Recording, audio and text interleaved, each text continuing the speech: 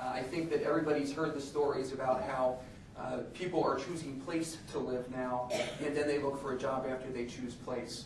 Companies continue to look for talent, though, and so we certainly want to have a disproportionate share of our talent in this space, in this region, to make it an appealing destination for consumer marketing and consumer businesses, consumer branding businesses. So could you tell us a little bit about what you think this region could do to help position itself in the attraction of talent in your industry? Stuart, you want to start with that? Yeah, there's a tremendous amount it can do, and I also believe there's a tremendous amount of onus on ourselves. You know, just look at the three companies here to try inform and guide educational institutions in this space.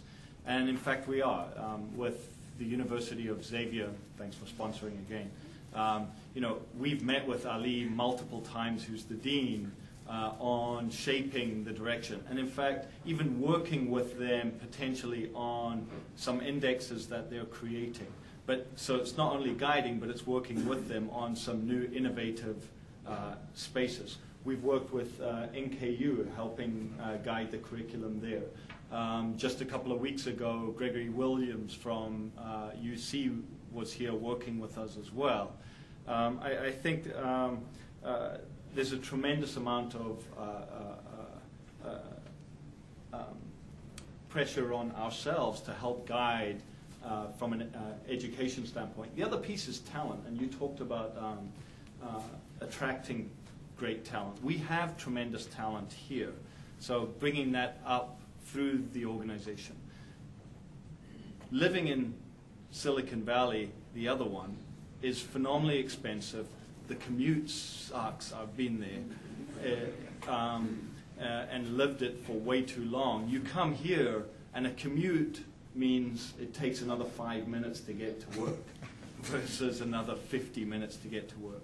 And there's a tremendous amount of value in that. And you look at the size of this city, and you look at the tremendous facilities we have with respect to the football stadium, the baseball stadium, the symphony we have in this city, the contemporary art center we have, the zoo is just phenomenal. And you start thinking about that in this community. We have tremendous things to offer, great talent coming into this city. With this designation, it then checks another major box saying, you know what, if you want to be in this space, Cincinnati's the place for you to be.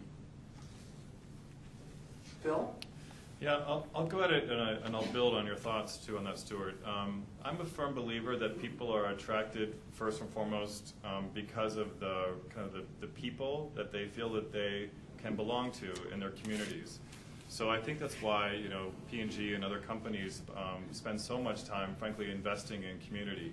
One of the things, again, I love about, you know, if you're passionate about brand building or working with consumers is you have I would say, a predisposed opinion for a broader empathy for a broader type of people and individuals. And when you see that being translated into our communities, that's the power of when people who come and visit our region to kind of determine whether or not they can put down some roots or whether they're making the decision to stay here or not.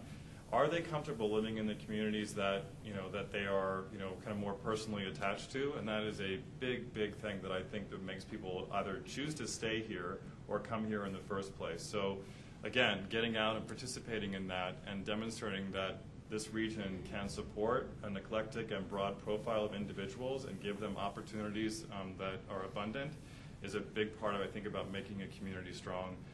And enhancing our kind of points of distinction going forward. I know we have lots of opportunities in that space, but again, it's why people like us are involved and engaged in activities like this, and the list goes on. So, and you can be too. You can be much more powerful than we can. Jerry, is there anything you'd like to add to that? I would add the idea of the creative class that we're talking about here is important, and as Phil said, creative people, and this broadly means people who originate content in their work. This isn't about artists. This is about engineers and physicians and others who have to problem solve in their work. But they do tend to be tolerant, diverse people. They build better cities. They build better communities, and that's why chambers around the country are focused on this particular type or class of career, because it does seem to be the glue for more vital cities. Our company, I guess all of us, are based in the city center, so LPK, we are very much committed to the urban environment. We are urbanistas. We're committed to diversity. It's a business imperative that we look like our consumers, so it's not useful for us not to tolerate diversity of point of view, but also diversity of origin and ethnicity, because it makes us smarter and stronger. So it's a business imperative. It's not a human resources initiative for us, and I'm sure for your companies as well.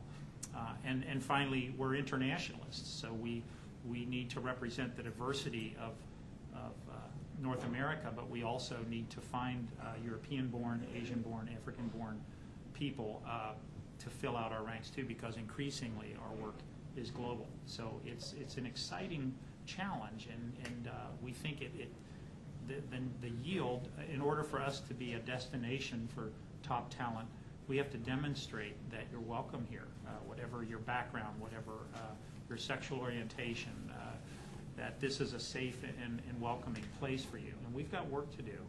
But the younger generation, the point I was going to make, there's some data to say the people coming out of college are a little less narcissistic than the folks that have been out a few years. So the Richard Florida, I'm going to move to the Bay Area or Boston and find work. There's a new group that's more interested in committing to social challenges. So that's where Cincinnati is suddenly in the sweet spot. We have serious problems in the city, but we have an emerging creative group of young professionals who want to be part of a community that they can help make better. So that's exciting for us. I'm going to just jump on that. One of the challenges Jerry just talked about is there is this need for great talent across the world. And I might challenge all of you and say it shouldn't be just on the chamber. It shouldn't just be our individual companies.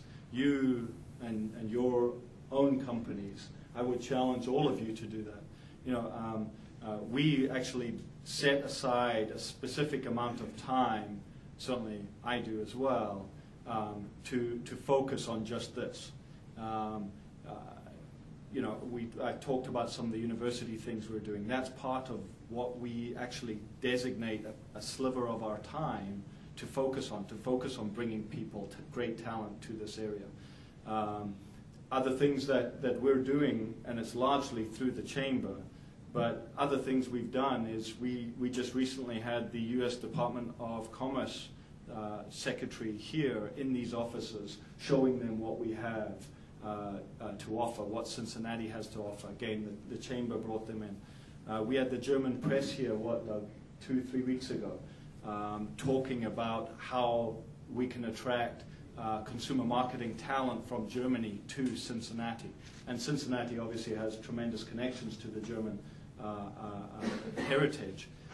But these are the sorts of things we should all be doing. In fact, 2 weeks ago, we had 70 Wall Street analysts having dinner upstairs talking about Kroger's growth and talking about dunnhumby's growth as well. And I think if we all start focusing on those little things that we can do, be it through educational institutions, be it through partnering with the chamber, but us all doing a little piece can make something a lot greater in our city. So our challenge to all of you for sure.